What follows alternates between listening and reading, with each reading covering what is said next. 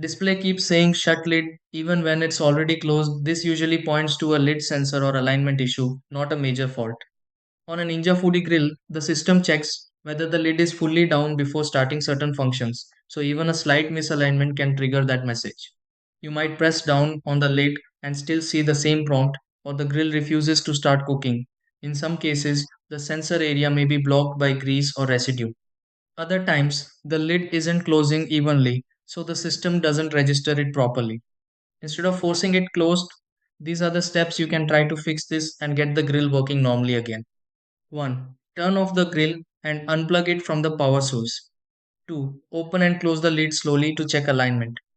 3. Clean around the lid edges and sensor area. 4. Make sure nothing is blocking the lid from closing fully. 5. Plug the grill back in and power it on. 6. Close the lid firmly and check if the message disappears.